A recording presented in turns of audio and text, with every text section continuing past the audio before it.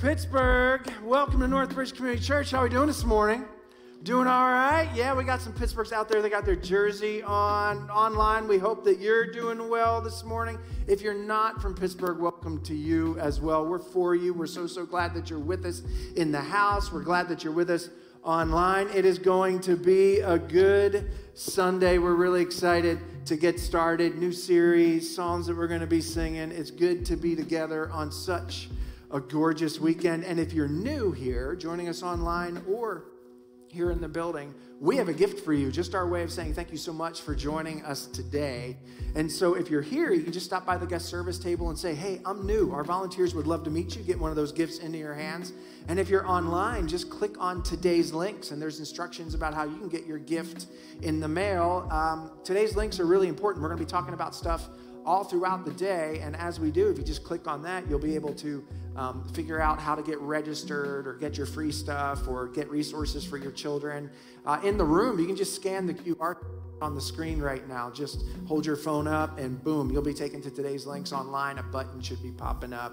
Some of the stuff that we've been talking about in the past that was in today's links, we want to celebrate. One of them is our high school ministry just launched their regular weekly environment this past Wednesday. It was really cool, and they added a new element. They started opening at 4 o'clock, and they call it Inside Out Study Hall. So we had students in here actually studying and working together. In fact, one of you left your homework here. It's probably a little too late to be telling you that, and probably a really interesting excuse. I don't know if your teacher ever heard that you left your homework in church before, but we still have it. If it's not too late to get that assignment, you can pick it up. But students were doing homework. Some of you volunteered as adults for the very first time to help them with that. Thank you. They're working on that till about 6 o'clock, and then we're offering a free dinner each and every week for all the students and leaders that are here, and then that'll follow up with their regular weekly programming. So Inside Out Study Hall, very cool. There's an event coming up that we want you to know about. We're holding a night of worship out in the parking lot on Sunday evening, October 4th, okay? We know many of you have just been asking for this. Some of you aren't ready to come back in person yet, but you would do something if we were outside. And so we're having this outdoor night of worship. We're going to sing more than we typically do on a Sunday, spend some time in prayer, and also celebrate communion together. So there's limited seats available. You actually have to bring your own seats. So it's not technically limited seats. It's limited space because we need to use our parking lot for people that are here to worship, as well as the cars that are being parked. And so please pre-register for the night of worship. Many of you have already done that. If you haven't, register today before spots are gone. We look forward to seeing you on Sunday evening, October 4th. As far as this morning, we're going to be together for a little bit less than an hour. You picked a great Sunday to join us. We're kicking off a brand new series with our teaching pastor, Andy Stanley, entitled Shining Through. And you want to know what's shining through? It's hope. It's the message of Jesus, and we need that now more than ever, don't we? And that's why you picked a great week to be with us. If you're feeling like, man, my circumstances, they're just too intense right now, I want you to know that there's hope, and it can shine through whatever you're currently dealing with. And that's what we're going to be singing about this morning as well. The band's going to lead us. So right now, I just ask you to stand, join in, and I'm going to hand it off to the band.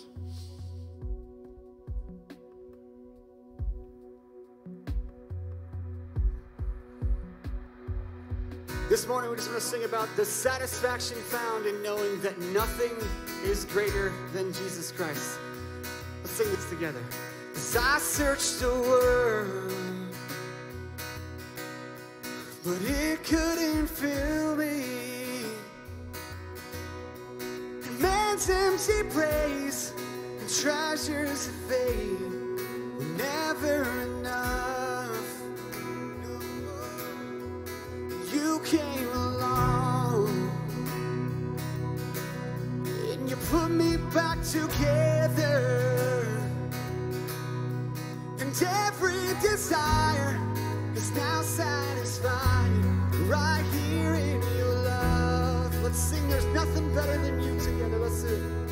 Oh, there's nothing better than you. There's nothing better than you, Lord. There's nothing is better than you. Oh, nothing, Lord.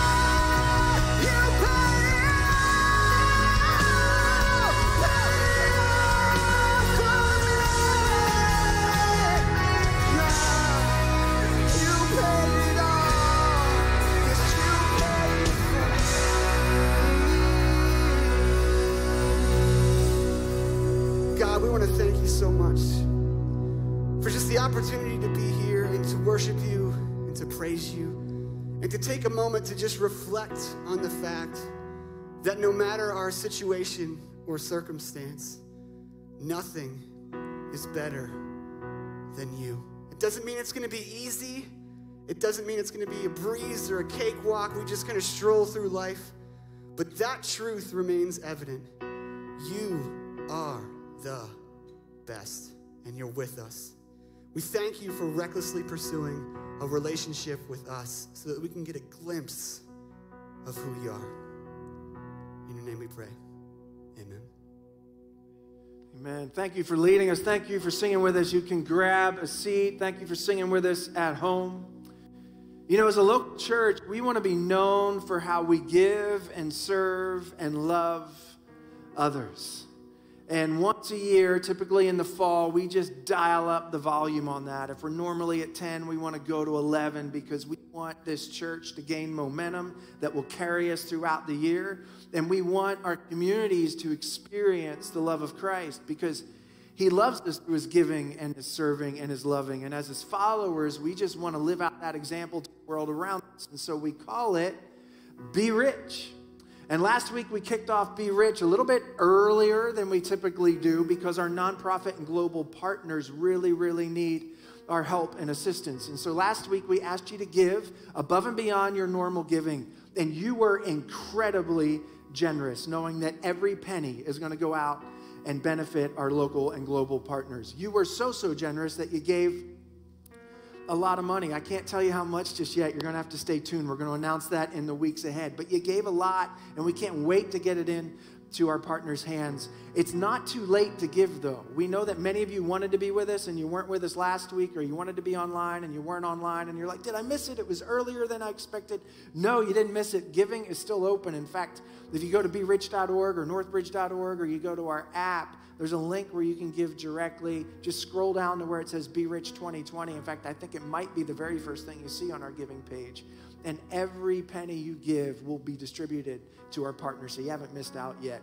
But writing checks and giving electronically and donating finances, that's not the only thing that we do. We want to be people of action. We want to get in there and make a difference. And so this week we're talking about the serve and love components of what it means to be rich. And we have some opportunities that I'd love for everyone to be a part of, at least one of these opportunities. The first one I want you to know about is coming up on Sunday, October 4th. It's the same day as our night of worship. We are hosting a food drive here for our local partner, Gleaners Food Bank. In fact, a couple of weeks ago, you heard from them directly about how important these events are.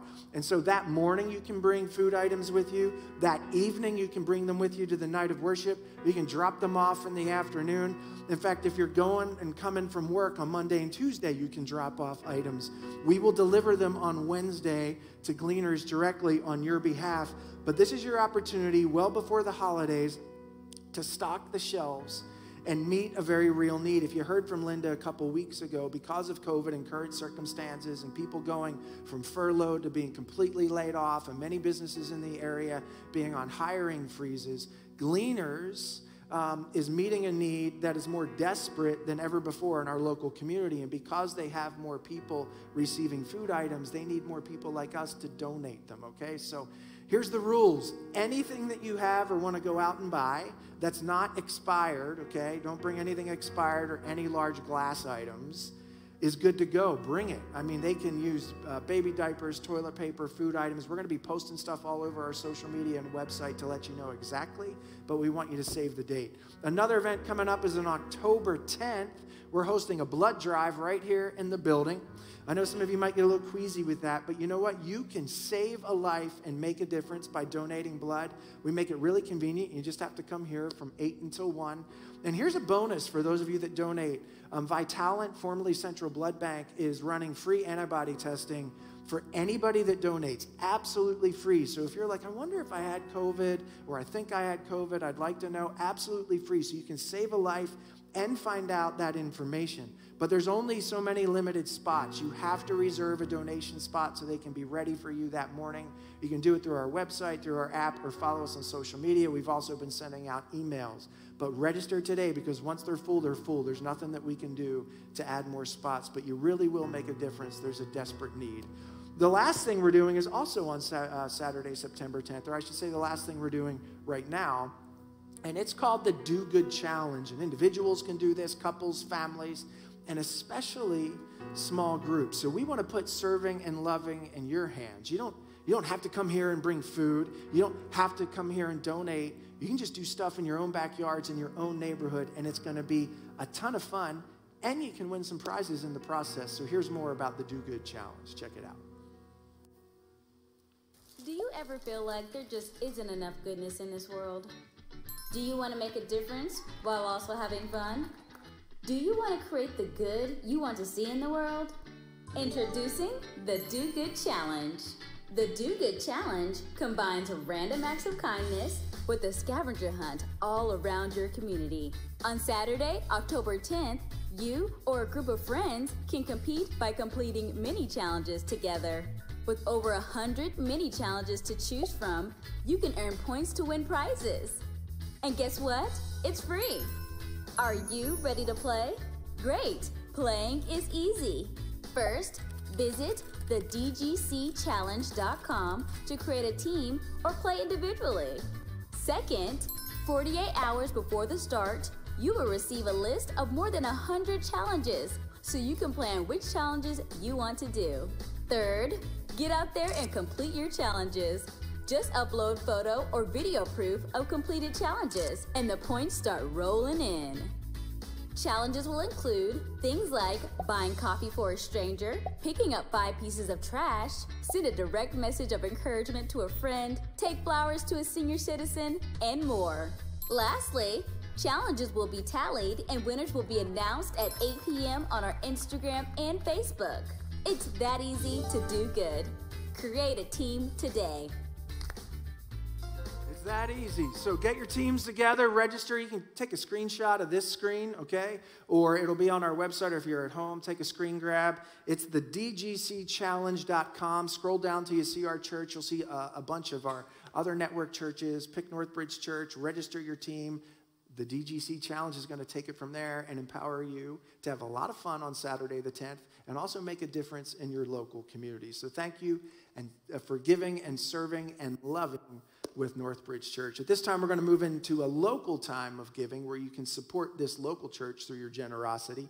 Instructions are going to come up on the screen. And as we take time for that, we're also taking time to prepare our hearts for the message we're about to receive and the new series that Andy's going to launch, Shining Through.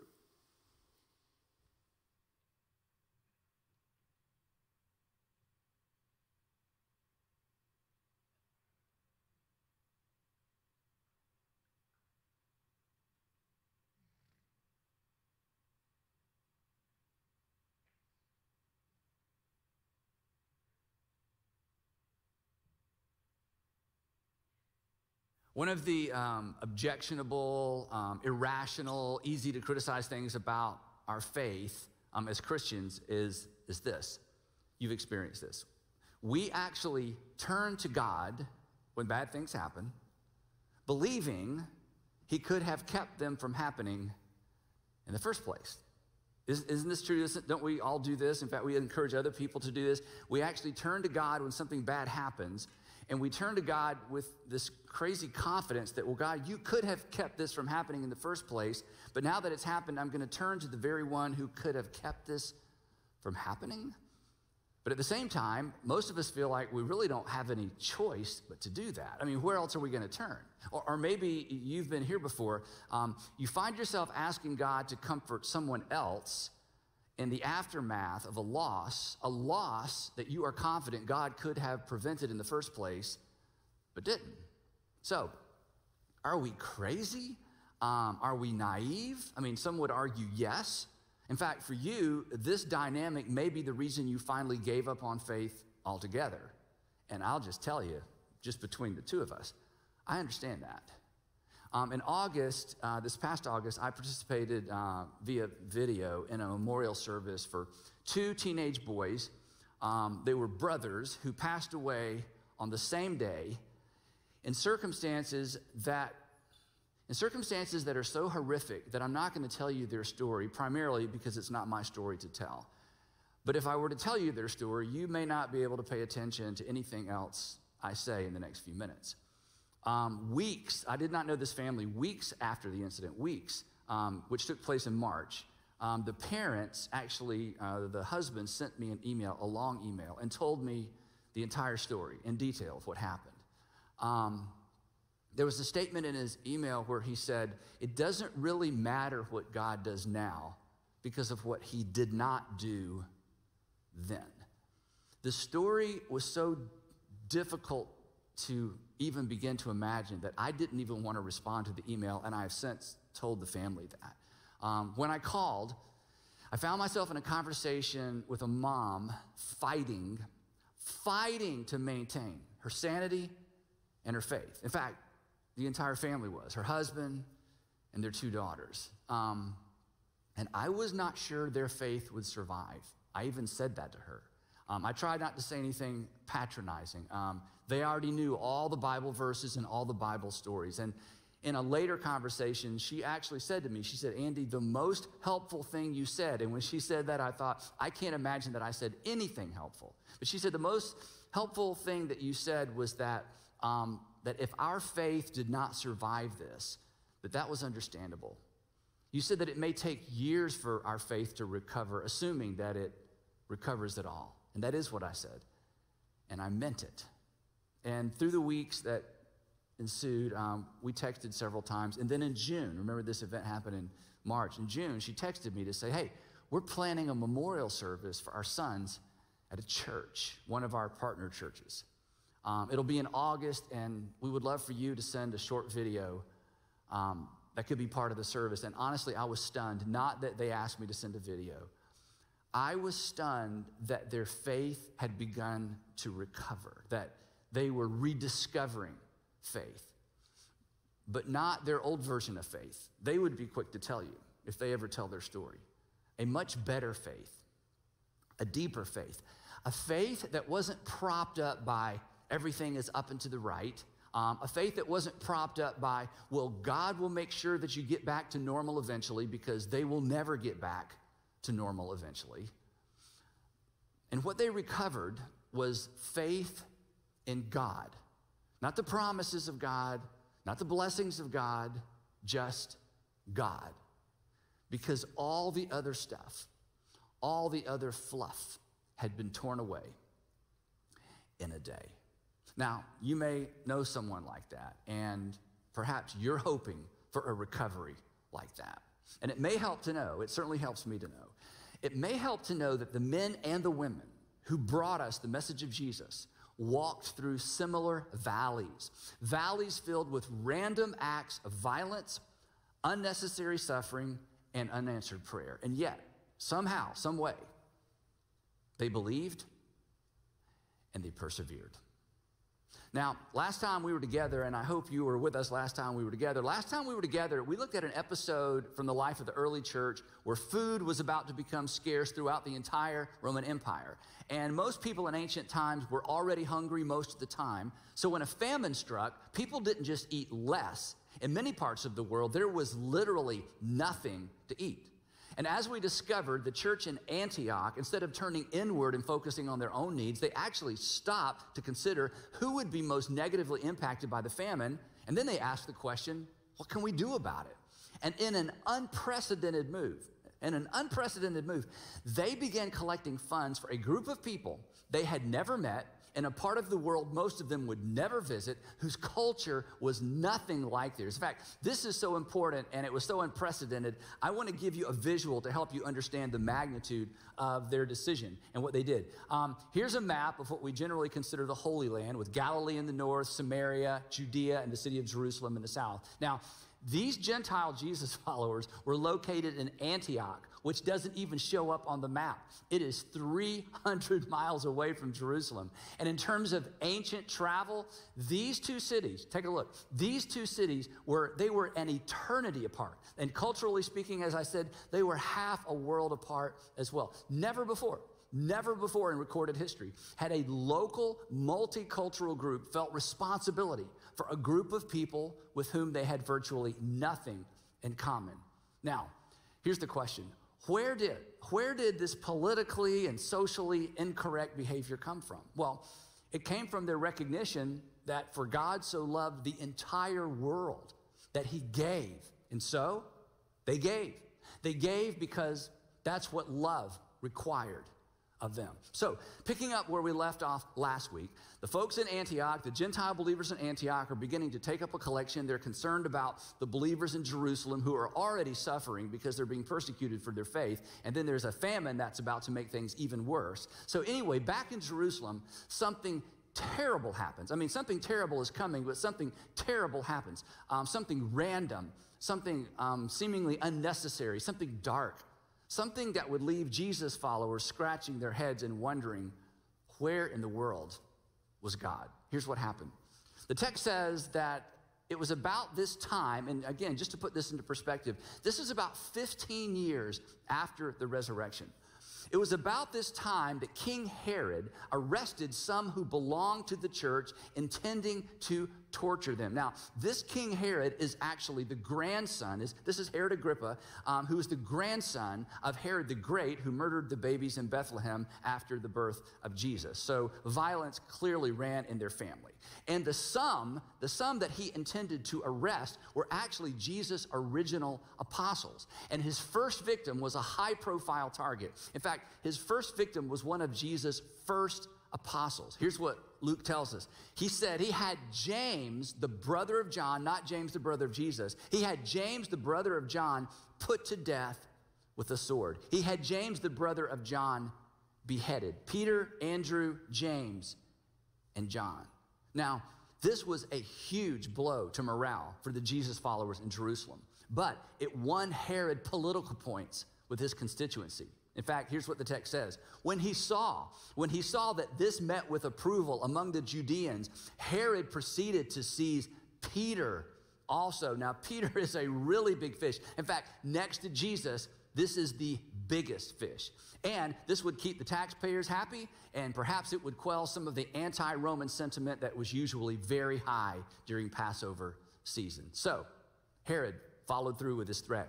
After arresting Peter, so he arrests him, he puts him in prison, handed him over to be guarded by 4 squads of 4 soldiers each. So Peter is being guarded by 4 soldiers at all times, and this happened at the beginning of Passover, and Herod intended to bring him out for public trial after Passover. Luke continues. He says, so Peter was kept in prison, but here it is, but the church was earnestly praying to God for Peter. They were praying specifically for Peter's release.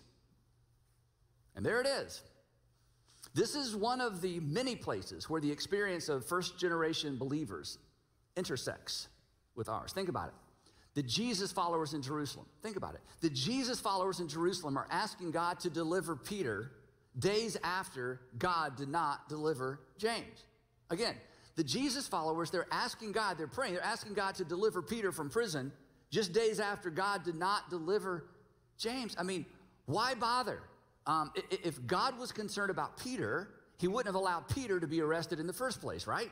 So if God didn't stop Peter from being arrested, why turn to God after he's arrested? And if God didn't protect James, why should they expect him to protect Peter? I mean, they were as crazy as we are. Actually, we are as crazy as they were because apart from their crazy, we would not be having this conversation. Apart from their crazy, the message of Jesus would have never survived the first century. In fact, it turns out that they weren't crazy and their faith was not misplaced, and neither is yours.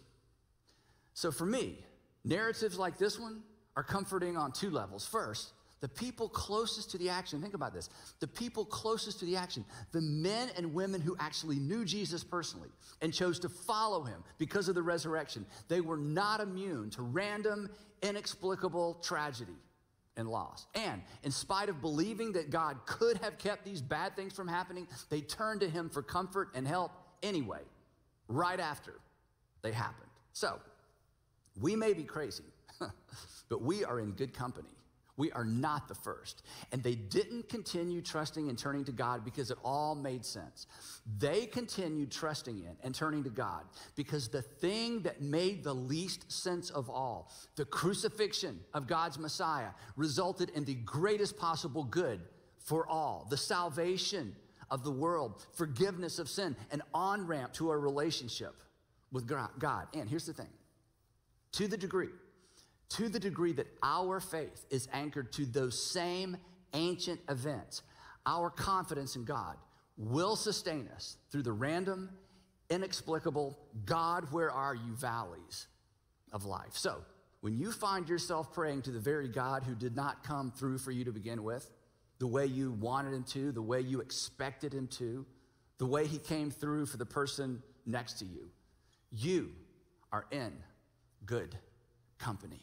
Peter, Andrew, James, John, Mary, Martha, the men and women whose faith laid the groundwork for the evangelization of the entire world. Their irrational, in spite of, where are you, God faith, is why the message of Jesus made its way into the 21st century. In fact, spoiler alert, Herod doesn't execute Peter, but we'll get back to that in just a minute. Now, several years after Peter was arrested in Jerusalem, he actually sits down and he dictates a letter to Christians living in a variety of regions scattered around the Roman Empire. Christians who, like himself and his friends in Jerusalem, were suffering because of their faith. Now, before I read you what he writes, keep in mind, by the time he's writing this letter, he's been arrested multiple times.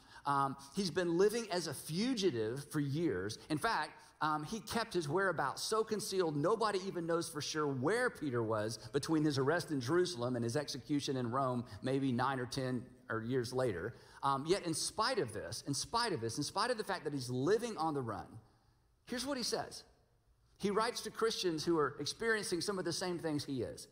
He says, praise be to the God and Father of our Lord Jesus Christ. It's like, wait, Peter. You've been arrested multiple times. You've been flogged. You are scarred for life. And the God and Father of our Lord Jesus Christ did nothing to stop it. I mean, you have a price on your head. Stephen is dead. James is dead. The apostles are all scattered. What are you talking about? And he would say, here's what I'm talking about. In his great mercy, he has given us a new birth, a different kind of relationship with God. He has given us a new birth into a living hope through the resurrection of Jesus Christ from the dead, and into an inheritance that can never perish, spoil, or fade. In other words, your prayers may not all get answered, and you may never understand the randomness of life, but you have hope.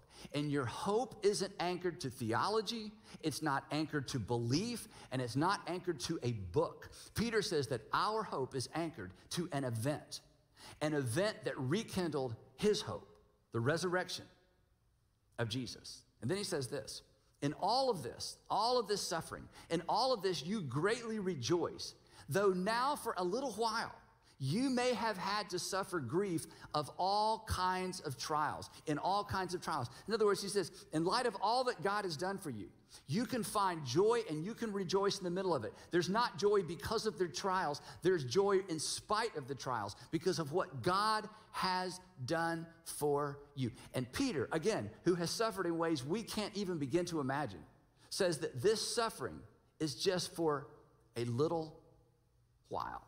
And he could have added, in all kinds of trials, like I have. To which we say, so wait, again, Peter, grief, trials, suffering, randomness are not evidence that God's not listening, that God's not involved. They don't indicate that things are spinning out of control, that we need a revival, that Jesus is returning soon, or maybe we've done something wrong. And Peter would say, no, not at all. These trials have come. These have come so that the proven genuineness of your faith,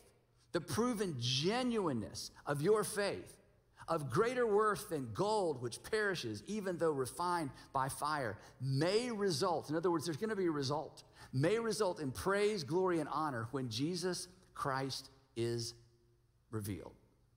Again, to which we would say, so Peter, we should expect this, to which Peter would say, yes, and people are watching. People who are suffering as you suffer are watching.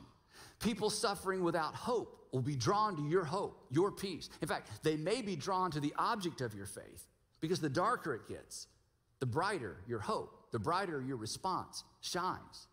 And then he would say, perhaps, as Jesus said, so as you suffer and as you try to explain the inexplicable, as you navigate yourself and navigate your way through things you never anticipated and for which there are no answers, let your light shine in such a way that people see your response and they look up. Then he continues. He says, though you have not seen him, and I love this because remember, he's writing to people who had never actually seen Jesus the way that Peter had seen Jesus. He said, though you never met him, though you've never seen him, you love him based on my testimony about him. You love him, and even though you do not see him now, you believe in him, and you are filled with an inexpressible and glorious joy because you are receiving the end result of your faith, the salvation of your souls. So once again, we push back. So Peter, so what you're saying is this, that the inconsistency and the randomness of life, it doesn't throw you off. It doesn't undermine your confidence. I mean, come on. They got James, they came for you, and Peter would say, no, my faith doesn't depend on consistency or certainty or my ability to explain things. My faith is not shaken by the randomness of life. Come on. I saw the best possible person suffer the worst possible death. It made no sense at all, none. And God brought him back to life. So while there's a lot I can't explain, and there's a lot I don't understand, I just got to tell you, after the resurrection, the rest is just detail. And then in the same letter, Peter gives his audience and gives us the strangest to-do list. But we're going to talk about that next time. Now, I want to get back to the storyline real quick, so to catch us up. So God allows Herod to execute James. He allows Herod to arrest Peter and put him in jail. The Jesus followers in Jerusalem are praying and asking God to facilitate Peter's release, knowing that Herod may be coming for them next. And then, for reasons that made absolutely no sense to them at the time, but would become clearer later, the night before, check this out, the night before Herod was to bring Peter to trial and then have him executed, Peter was sleeping between two soldiers, bound with two chains, and sentries stood guard at the entrance. And then suddenly, an angel of the Lord appeared, and a light shone in the cell, and the angel struck Peter on the side and woke him up. Quick, get up, he said, and the chains fell off of Peter's wrist. Then the angel said to him, put on your clothes and sandals. And Peter did so. Wrap your cloak around you and follow me, the angel told him. And so, of course, Peter followed him out of the prison. But he had no idea that what the angel was doing was really happening. He thought he was seeing a vision or maybe having a dream. And then they passed the first and the second guards, and they came to the iron gate leading to the city. It opened for them by itself, and they went through it. And then, when they had walked the length of one street, suddenly the angel left him. Now, I know what you're thinking, because I think the same thing. Really? Really? And why doesn't God do that kind of thing anymore? And why doesn't God do that kind of thing for me anymore? But let me tell you what Peter and his friends were wondering. Why didn't God do that for James, our friend? And they never got a good answer to their question. And we may never get satisfying answers to ours either. Now, when Peter realized that this was not a dream, that he really was safe and outside the city walls, he went to the home of Mary, the mother of John, also called Mark, where many people had gathered and were praying for his release. So Peter runs down the street. He knows he doesn't have much time. He certainly doesn't want to incriminate his friends. So he runs to the door of a home he'd been to many times. And Peter knocked on the outer entrance, and a servant named Rhoda came to answer the door. And when she recognized Peter's voice, because he had been in their home many times, she was so overjoyed, she ran back to the people who were praying without opening the door and exclaimed, "Peter is at the door." Now, remember, they're praying for his release, but apparently they did not really expect God to answer their prayer. In fact, listen to their response, and this is important. This is just more evidence that the writers of the New Testament did not write the main characters in as heroes or even people with more than average faith. They didn't experience miracles every day, and they did not expect a miracle this day. Now, when Rhoda tells the prayers that Peter is at the door, here's what they said. They said, "Rhoda, you are out of your mind." Well, to which we'd say, "Wait, weren't you just praying for this?" To which they would say, "Yeah, but we didn't really expect anything to happen." When she kept insisting that it was so, they said, "Well, then it must be his angel. It must be his spirit counterpart. He must already be dead, and it's his ghost." But Peter kept on knocking. And when they opened the door and saw him, they were astonished. Imagine that, an actual answer to prayer. Imagine that. Now, at this point, they are so delighted, they're celebrating, and they're making so much noise in the middle of the night that Peter motions to them with his hand to be quiet. And then he says this, "Tell James, the brother of Jesus, tell James and the other brothers and sisters about this. Let them know that I've been released, that I'm free."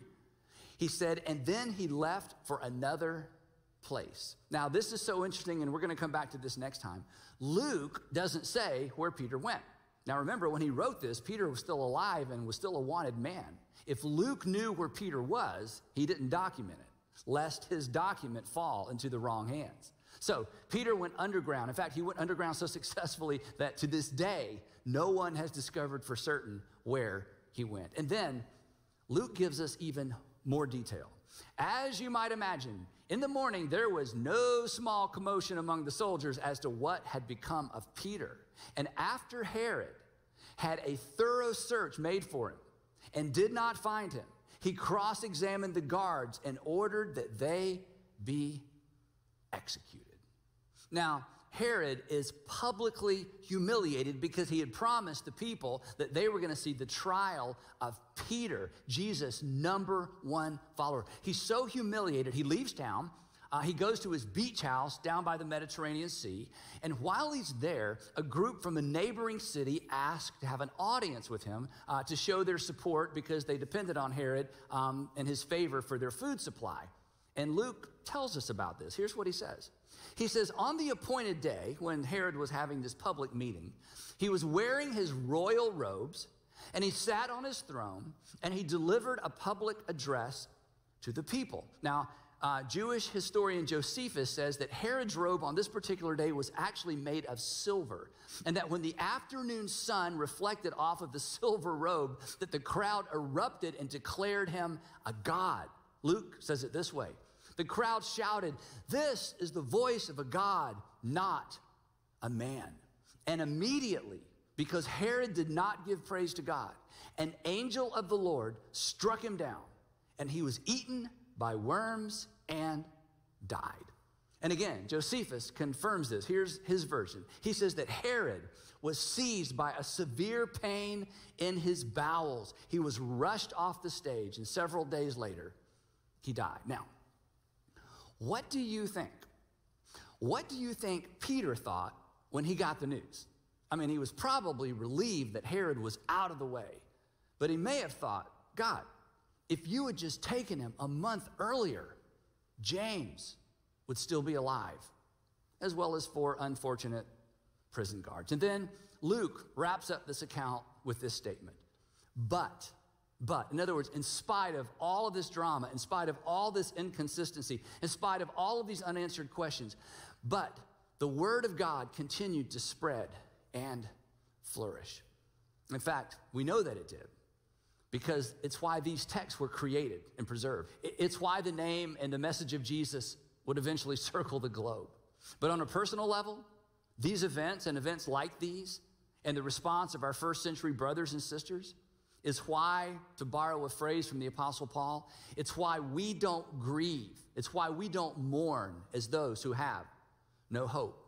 For we believe that Jesus died and rose again. It's why, to borrow from Peter's words, it's why we can cast our cares on him, because we know he cares for us. You can know that he cares for you. In spite of what you see around you, in spite of what's happening to you, it's why, to borrow a phrase from the author of Hebrews, we can approach God's throne of grace with confidence so that we may receive mercy and find grace to help us in our time of need.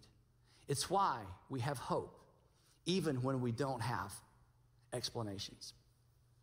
If Peter is correct, and he would know, if Peter is correct, what strikes us as random, unfair, unnecessary may in fact be random.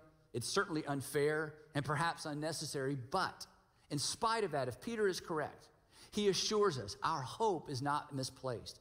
Our hope, your hope, is not in vain, because we have a living hope that is anchored not to our ability to predict and interpret circumstances. We have a living hope that is anchored to the resurrection of Jesus Christ from the dead. And we will pick it up right there next time. Now, in the meantime, I have 3 questions to help keep this conversation going, and I hope you'll begin the conversation right now if possible. Question number 1, has your faith ever taken a hit because of random, unnecessary, unexplainable suffering?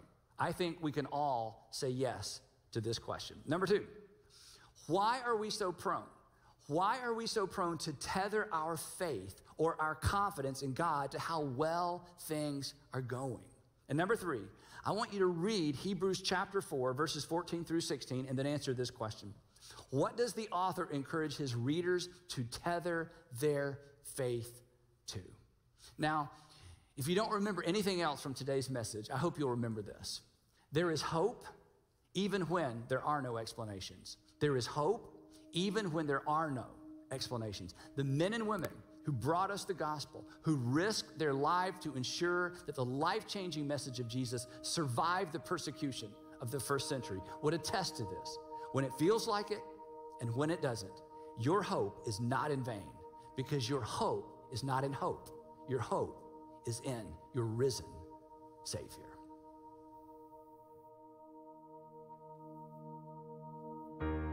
Won't you stand with us so we can sing together about this living hope?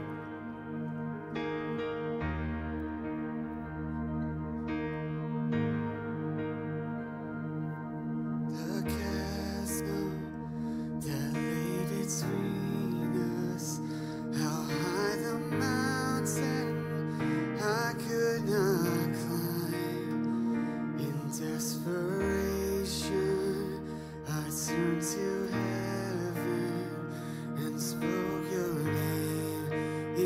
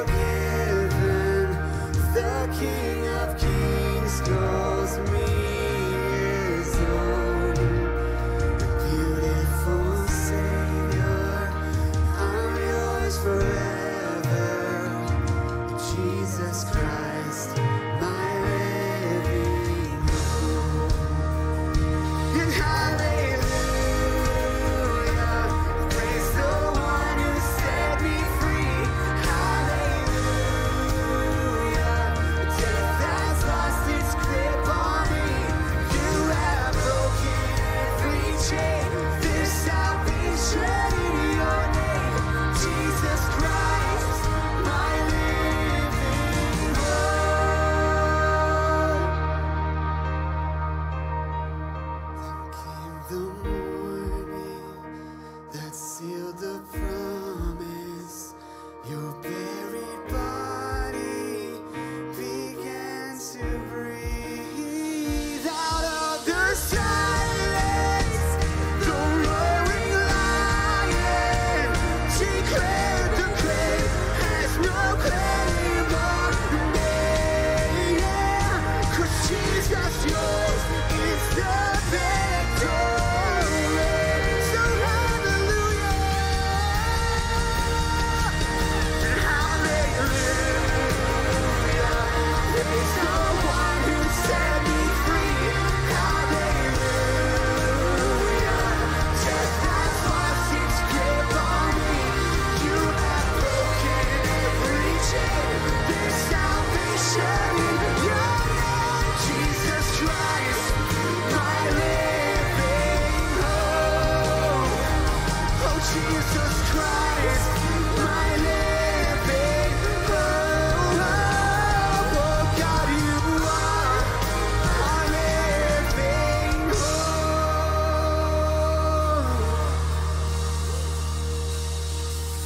Guys, thanks so much for coming. Make sure you sign up for the service projects this week. It's going to be awesome. And start preparing those canned goods for October 4th.